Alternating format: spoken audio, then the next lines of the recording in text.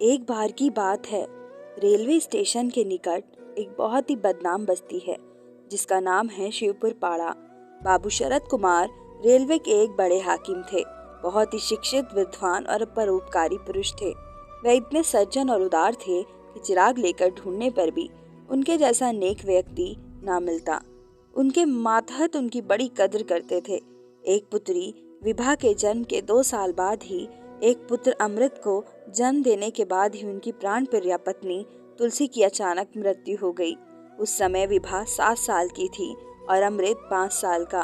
दुनिया से उनके नेत्र मूंद लेने से बाबू शरद कुमार खुद को अकेला महसूस करने लगे।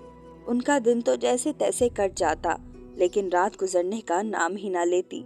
दिन में जब वे अपने दफ्तर चले जाते, तब घर पर उनके बच्चों की देखभाल करने वाला कोई ना होता था। ऐसे में उनके संस्कार विहीन होने का भय था। शिक्षित और कुलीन स्त्रियां अपने रोजमर्रा के कामों के साथ साथ बच्चों को संस्कारवान भी बनाती है। यह देखकर उन्होंने उन्हें एक हॉस्टल वाले स्कूल में दाखिल करा दिया। वे वहां आराम से पढ़ने लिखने लगे। समय चक्र चलता रहा। तुलसी को गुजरे हुए 1.5-2 वर्ष बीत गए। मनुष्य के अंदर अनेक प्रकार की भावनाएं और क्रियाएं उथल पुथल मचाती ही रहती है। शरद बाबू भी उससे ना बच सके। अभी वे एकदम हट्टे खट्टे और जवान थे। उनकी नसों में रेंगने वाला खून गर्म था। कार्तिक का महीना था और सर्दियों का मौसम। असमय ही तुलसी के चले जाने से अब शरद बाबू का ख्याल रखने वाला कोई भी ना था। उन्हें रह रह कर अपनी अर्धांगिनी तुलसी की याद आती रहती थी। दफ्तर से घर पहुंचने पर उन्हें याद करके वे कभी कभी बिस्तर और तकिए में मुंह छिपाकर सिसकने भी लगते थे।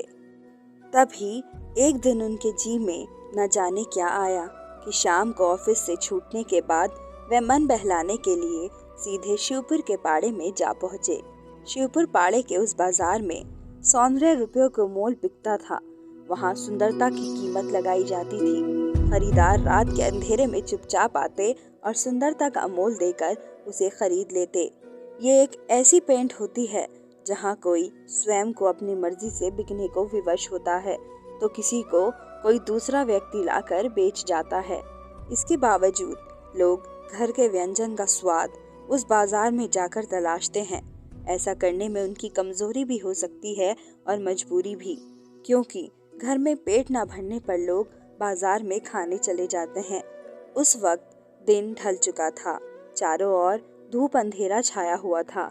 शरद बाबू सबसे पहले एक बियर बार में जाकर थोड़ी सी बियर का आनंद लिए।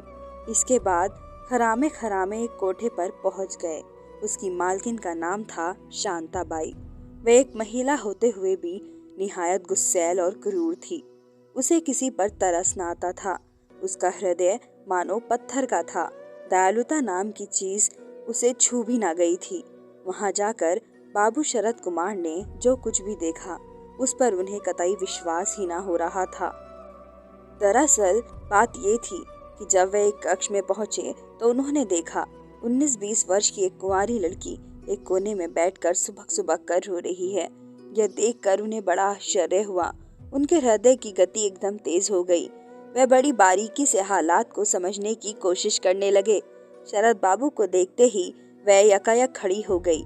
उसे ऐसी हालत में देखते ही कुमार साहब बोले, देवी बुरा मत मानिए, ये बताइए आप इस तरह रो क्यों रही हैं? आपके साथ ऐसा क्या हो गया? वह लड़की कुछ भी ना बोली, मात्र रोए जा रही थी। तब बाबू शरद कुमार ने विनम्रता से कहा, आप पहले तसल्ली से यहाँ पलंग पर बैठिए, उसके बाद मुझे अपनी परेशानी बताइए। यह सुनते ही वह लड़की अपने नेत्रों में आंसू भरकर बोली, महोदय, इस वक्त जहाँ आप खड़े हैं वह एक ऐसा बाजार है जहाँ सरेआम स्त्रियों की आबरू बिकती है। यहाँ किसी की बेटी बिकती है तो किसी की पत्नी। हाँ, इतना अवश्य है कि यहाँ लाई गई हर स्त्री किसी न किसी प्रकार बहुत मजबूर होती है। अपनी खुशी से यहाँ कभी कोई भी औरत नहीं आती है। फिर एक लंबी सांस लेकर वह बोली, बाबूजी, मैं इस समय इस बाजार की शोभा हूँ। आप एक ग्राहक है, मैं यहाँ एक विक्रेता हूँ और स्वयं को बेचने को खड़ी कर दी गई हूँ। आपने इस कोठे की मालकिन को पैसा दिया होगा, इसलिए आप यहाँ जो कुछ भी करने आए हैं उसे करके जाइए, मेरी फिक्र ना कीजिए। एक बात और, आप मेरी परेशानी जानकर क्या करेंगे? तत्पश्चात शरद बाबू उसे ढांढस बंधाते हुए बोले, देखिए, आप मेरी पुत्री समान हैं। उम्र के हिसाब से मैं आपके पिता समान हूँ। मुझसे डरने और घबराने की जरूरत नहीं है। जब तक बीमारी का पता नहीं चलता तब तक उसका इलाज करना बहुत मुश्किल होता है। जब आप मुझे कुछ बताएंगी ही नहीं तब तक मैं आपकी कोई मदद कैसे कर सकता हूँ। जो भी माजरा है मुझे साफ साफ बताइए। हो सकता है सच्चाई जानने के बाद मैं आपकी कुछ सहायता कर सकूं, इससे आपको कुछ राहत मिल जाए। यह सुनते ही उसने शरद बाबू को अपनी सारी आप बीती रोते रोते सुना दी। वह बोली, बाबूजी, मेरा नाम शालू है। मैं कलकत्ता के सोनाझौकी इलाके की रहने वाली हूँ। मैं बीए पास हूँ और अंग्रेजी विषय से एमए करने हेतु दाखिला ले रखा था।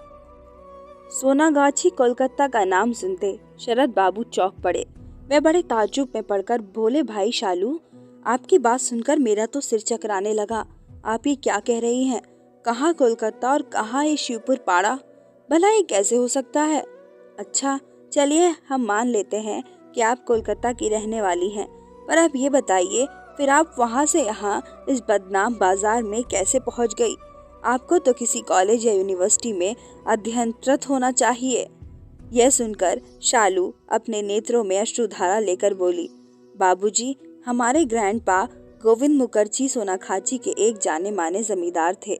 उनके पास काफी जमीन जायदाद थी। वे बहुत ही शिक्षित, शरीफ, दयालु और नीतिज्ञ पुरुष थे। उनकी पत्नी यारी मेरी ग्रैंड माँ शुभा देवी एक धार्मिक और विनम्र महिला थी। हमारे ग्रैंडपा के हेमंत और बलदेव नाम के 2 पुत्र थे। मेरे पिताजी का नाम हेमंत है और मेरी माँ का विभा है। हम 3 भाई बहन हैं। मैं अपने माँ बाप की एक लौती बेटी हूँ। मेरे दोनों भाई मुझसे काफी छोटे हैं। वे अभी 6ठी और 8वीं कक्षा में पढ़ते हैं। तब शरद बाबू ने कुछ उदास मन से कहा, शालू, आपने अभी तक अपने चाचा और चाची जी के बारे में कुछ नहीं बताया। अब जरा उनके विषय में भी कुछ बताइए। इतना सुनना था कि शालू बोली, मेरे चाचा जी का नाम बलदेव है और चाची जी का मालती है।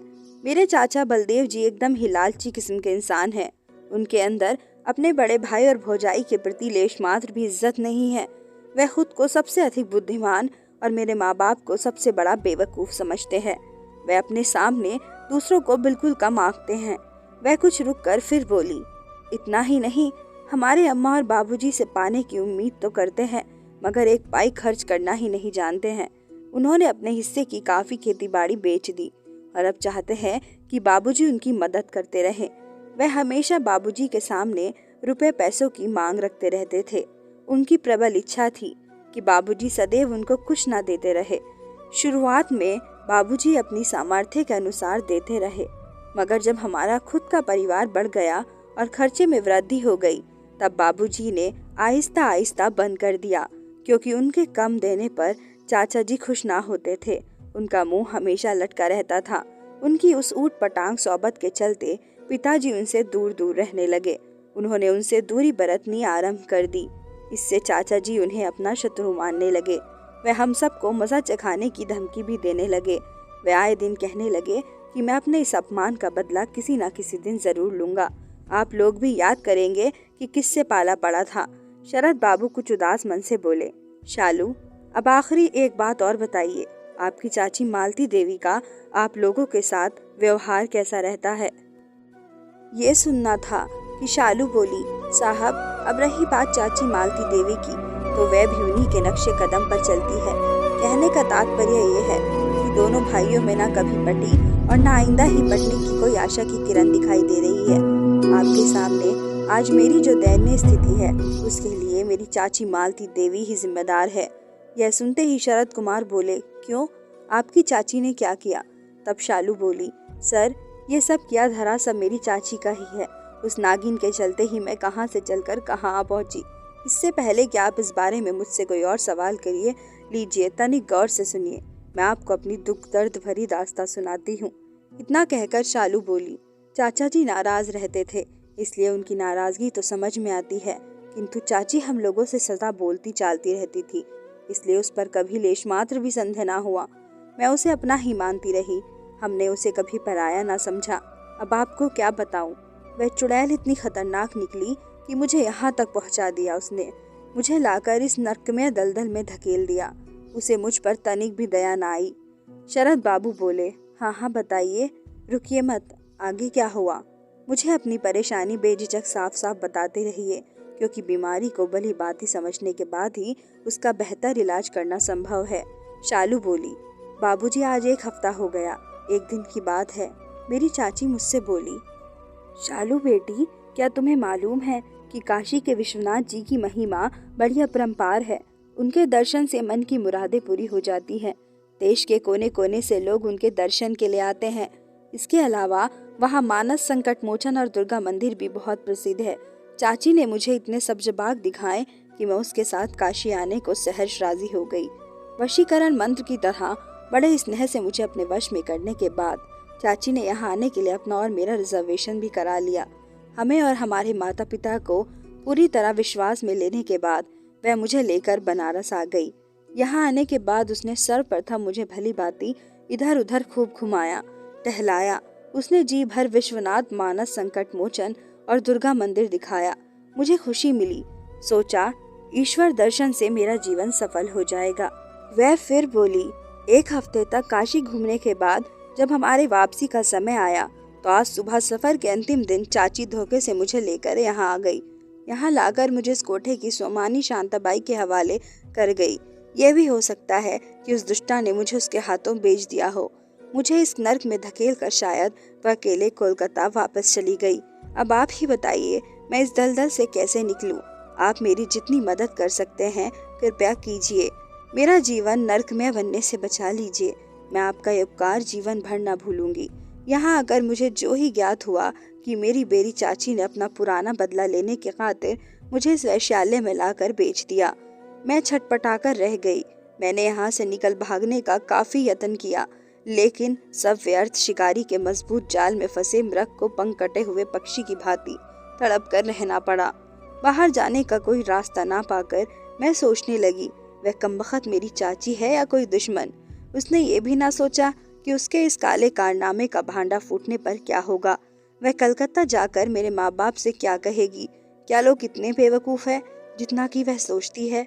क्या लोग उसे शक की नज़र से नहीं देखेंगे? क्या वह उस पर उंगली नहीं उठाएंगे? क्या मेरे जन्मदाता माता पिता उसकी बात पर सरलता से यकीन कर लेंगे? क्या उन्हें उस पर संदेह ना होगा? क्या वे बड़ी आसानी से मान लेंगे कि उनकी बेटी बनारस की भीड़ भाड़ में गुम हो गई? मेरा दिल तो किसी प्रकार सोचते विचारते गुजर गया। उसके बाद शाम हो गई। धीरे धीरे रात होने को आ गई। सायकाल होते देख मेरे दिल की धड़कनें या कयक तेज हो गई। मेरी हालत ऐसी हो गई मानो मेरा दम ही निकल जाएगा। मैं सोचने लगी कि क्या मेरे भाग्य में यही बधा है? कुछ देर में ही मेरे संग न जाने क्या होगा। यहाँ मेरा दम घुट रहा है। जितनी जल्दी हो सके मुझे यहाँ से निकाल लीजिए। हृदय को झकझोर कर रख देने वाली शालू की आप बीती कहानी सुनते ही बाबू शरद कुमार का विवेक जाग गया। वह कोठे पर जाने का अपना मकसद भूलकर धर्म कार्य में जुट गए। उनकी दहकती कामाग्नि चंद क्षणों में शीतल हो गई। उनका कलेजा पिघल गया। उन्माद पर विवेक को विजय मिली। उन्होंने शालू को बचाने का ठान लिया। वह बोले, शालू देखिए, आप चिंता ना कीजिए, थोड़ा धैर्य रखिए। मुझे अपने माता पिता का फ़ोन नंबर और पता दीजिए। मैं उनसे बात करके आपको यहाँ से बाहर निकालने के बारे में बात करूँगा। शालू ने उन्हें अपने माता पिता का पता और फ़ोन नंबर बता दिया। शरद साहब ने जब शालू के माँ बाप को कोलकाता बात किया तो उन्हें मालूम हुआ कि शालू की चाची मालती अपनी भोली भाली मासूम भतीजी को बेचने के बाद अकेले कलकत्ता लौट गई। वहाँ जाकर उसने शालू के माता पिता के पूछने पर उन्हें बताया कि शालू भीड़ में न जाने कहाँ खो गई। लेकिन इसमें चिंता की कोई बात नहीं है। वह बोली, शालू कोई दूध पीती छोटी बच्ची नहीं बल्कि बड़ी है। पैसे उसके पास है, 2-4 दिन बाद वापस आ जाएगी। अगर वह वापस ना आई तो समझ लीजिए कि हो सकता है उसका कोई प्रेमी होगा जिसके बारे में हमें पता ना रहा हो और वह हमारे साथ ही बनारस तक चला गया हो। भीड़ भाड़ में मौका देखकर वह शालू को लेकर उड़ गया हो और किसी मंदिर में जाकर दोनों ने विवाह कर लिया हो। यदि ऐसा हुआ है तो समझिए शालू का लौटना असंभव है। यह सुनना था कि शरद बाबू अपना परिचय देते हुए उनसे बोले, देखिए, शालू की चाची ने आप लोगों को जो कुछ भी बताया वह सब एकदम मनगढ़ंत और सफ़ेद झूठ है, बल्कि ये समझिए कि कोरी बकवास है। सच तो यह है कि उसने आपकी बेटी शालू को आप लोगों से दुश्मनी का बदला लेने के लिए यहाँ के एक कोठे पर बेच दिया है। हेमंत जी, पुलिस में रिपोर्ट लिखाकर सबसे पहले उसे गिरफ्तार कराइए। उसके बाद पुलिस लेकर यहाँ आइए और शालू को सकुशल ले जाइए। अगर आप लोगों ने विलम्ब किया तो वह बेचारी फिर कभी इस कीचड़ से उबर ना पाएगी। शालू के पिता हेमंत मुखर्जी ने बिल्कुल देर न की। जैसा कि शरद बाबू ने कहा था, पति पत्नी पुलिस के साथ यहाँ आकर शालू को वापस ले गए। उसकी चाची मालती गिरफ्तार करके जेल भेज दी गई। जैसी करनी वैसी भरनी, उसे भी अपनी करनी का फल मिल गया। उम्मीद करती हूँ आप सबको मेरी ये कहानी पसंद आई होगी। मेरे चैनल को सब्सक्राइब करना ना भूले। धन्यवाद।